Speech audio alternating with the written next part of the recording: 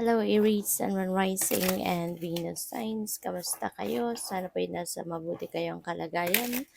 Welcome back po sa Star Tarot at kung bago kayo rito, welcome din po kayo. Please subscribe, like, share my videos and leave me a comment kung nakaresonate po kayo. Thank you. First card, we have attraction. Sabi dito, you attract romantic love by enjoying this moment fully. Ayan. So, probably, no, ang iba sa inyo single pa hanggang ngayon, Cancer. But at this time, around this time, maaari na mag-attract na kayo ng romantic love. Po pwedeng may makikilala na kayo sa ngayon. Around this time, pwedeng nandiyan dyan na yung soulmate ninyo, yung twin flame, yung eternal love ninyo, yung gano'n, no? So, pwedeng ito na yung panahon na magkaka-love life na din kayo, no? So, what else? We have children. Your love life is being affected by children. So, baka ang iba sa inyo, um, siguro nandiyan na kayo sa puntong meron na kayong asawa, meron na kayong partner, yung gano'n. And maybe, because of the children, 'di ba? Minsan kapag nagkakaroon na talaga ng pamilya, meron ng anak, no? Minsan nagiging komplikado na yung relationship kasi kung hindi masyadong marunong mag-balance, 'di ba, ng time para sa mga anak, para sa partner or sa asawa. So, nagiging komplikado. Kaya maaaring may ganong sitwasyon ng iba sa inyo, pupuwedeng, kumbaga nababawasan siguro ng oras, yung oras para sa relasyon, para sa person ninyo, dahil mas maraming oras ang naibibigay ninyo para sa mga anak. Minsan, nakakaligtaan na, no? Nakakaligtaan na yung yung asawa or your partner dahil nga ang focus ay napupunta most of the time sa mga anak. Possible din na ang iba sa inyo dito, baka dahil din sa mga anak, 'no? Kung lalong-lalo na kung medyo, um, siguro yung person mo could be kunyari single parent, 'di ba? Siguro, um, mas ano pa rin, hindi rin nababalanse ng maayos, 'no, yung ng person mo, yung oras, atensyon, ganyan, 'di ba? Kasi kunyari maliliit pa, lalong-lalo na kung maliliit pa yung mga anak, 'di ba? So, mas kailangan pa ng maraming oras, maraming atensyon ng pag-aalaga, 'di ba? At, 'yun siguro minsan na-o-overlook yung relasyon, with you. So, puwedeng gano'n or puwedeng ikaw, 'di ba? Puwedeng ikaw yung merong mga anak din. So, 'yun, maaaring meron ditong pupuwedeng nagseselos, 'no, yung person mo sa mga anak mo or pupuwedeng ikaw yung nagseselos sa oras, 'no, na binibigay mo o binibigay ng person mo sa kanyang sariling mga anak, 'di ba? Puwedeng gano'n din ang ganap. So, we have romantic feelings. Your feelings are real and worth exploring. Ayan. So, um, maaari ng iba sa inyo dito baka ah, wala pang love life talaga and maaaring nakakaramdam kayo na ngayon ng pagiging in love with another person. Kaya ayun, pupuwedeng ang iba sa inyo lalong-lalo na kung merong, someone that is romantically interested, nga sa inyo. So, pupuwede 'no, na talagang baka magbubukas na din yung sarili mo, magbubukas yung puso mo para i-entertain kung sino man itong kunyari nagpapahayag ng kanyang romantic interest sa'yo. So, pupuwedeng handa na rin talaga ang iba sa inyo to to fall in love or handa na para pumasok sa isang romantic relationship. So, by the way, maraming salamat for subscribing, and if you haven't subscribed yet, subscribe na kayo. And also, maraming salamat din for not skipping the ads. Malaking bagay yan sa akin. And also, please click the join button sa baba na video kung gusto ninyo na mag-join sa membership. So, we have Lily.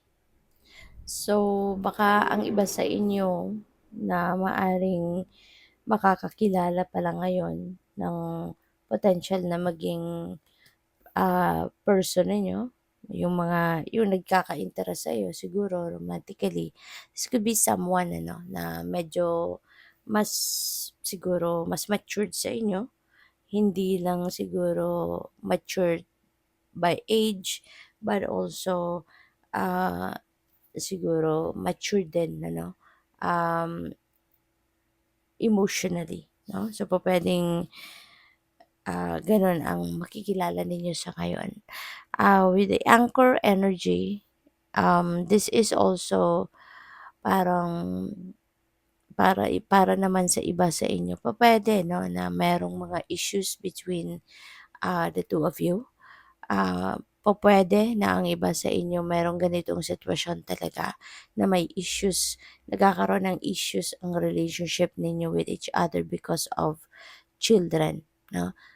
Involved dito yung mga anak, 'no? Pupuwedeng anak ng person mo, sa iba, or pupuwedeng ang issues is sa anak ninyo, 'di ba? Puwedeng gano'n. Kasi pupuwedeng complicated 'no, yung sitwasyon ninyong dalawa. So, puwedeng gano'n.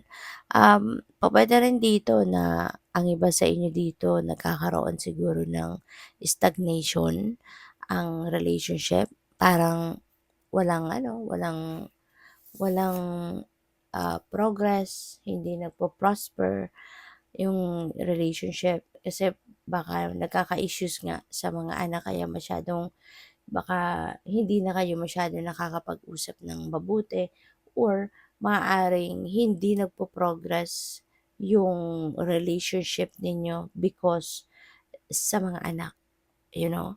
Kaya nagiging komplikado masyado siguro yung inyong relasyon. Minsan parang siguro yung hindi kayo, yung parang nababalewala yung mga relationship goals ninyo siguro, 'no, and maybe that is being affected by the children. Puwedeng gano'n ang ganap ng iba. Kaya medyo minsan siguro naiisip mo, "Is this still worth it?" 'Di ba? Yung panahon ba na binibigay ko, pagmamahal na binibigay ko dito sa person ko, is it still worth it? 'Di ba? So, pupuwedeng napapaisip ang iba sa inyo kung saan ba 'to papunta? Magpapatuloy pa ba 'to, or ano na ang dapat kong gawin? With the cross energy, pupuwede na pupuwede na nag-iisip din kayo, 'no? Nag-iisip kayo dito kung ano na nga yung gagawin ninyo in order for your relationship to prosper. Baka naiisip ninyo one day, siguro iniisip din ninyo na saan na kaya papunta yung relasyon na 'to, 'di ba? At, am I still going to hang on to this person, 'di ba? So, siguro parang minsan iniisip din ninyo na kung meron pa 'tong patutunguhan, kung meron pang papupuntahan 'no, yung relationship ninyong dalawa. So, yun, well, nasa sa inyo na yun, 'di ba? Aralin ninyong maigi kasi baka mamaya, 'di ba, nagsasayang lang kayo ng oras, 'di ba?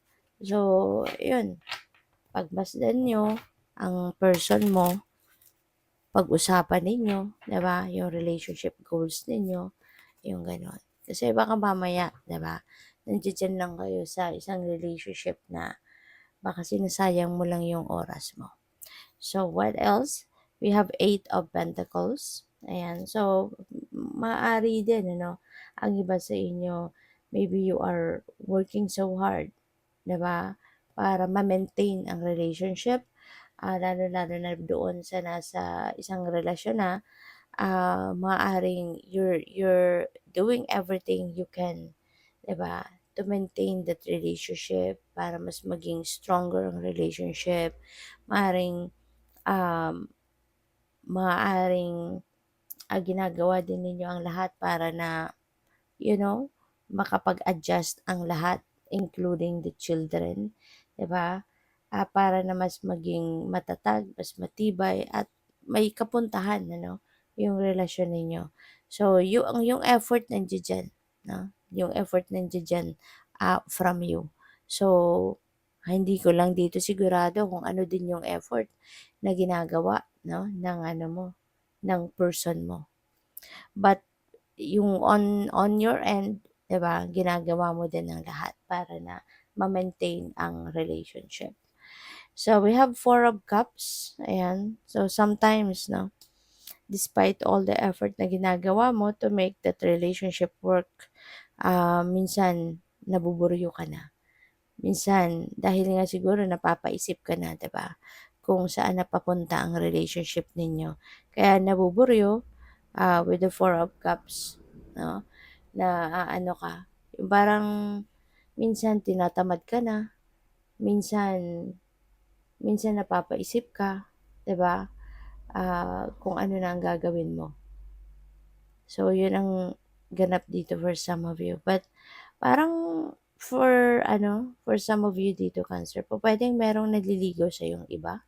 Baka there is someone na interested din sa'yo. You know, there is someone else that is interested in you. So, yun, kaya siguro dahil napapaisip ka, 'di ba, kung saan na papunta yung relationship ninyo. Kasi maaaring, kumbaga parang nate-tempt ka na tumingin sa iba, you know, dahil nga merong baka merong nanliligaw na iba sa'yo. So, we have the King of Wands, and that could be someone ano, na pupuwedeng, related sa trabaho, you know, maaaring kaopisina mo, 'di ba? Maaaring boss mo, puwedeng gano'n, ang nagkaka-interes sa'yo. So, possible na gano'n. Or this could be someone, no, na established na din siya sa kanyang trabaho, established na siya sa kanyang negosyo, someone na merong katungkulan, puwedeng gano'n, 'no? So, good luck sa'yo. Thank you for watching. Love and light. Namaste.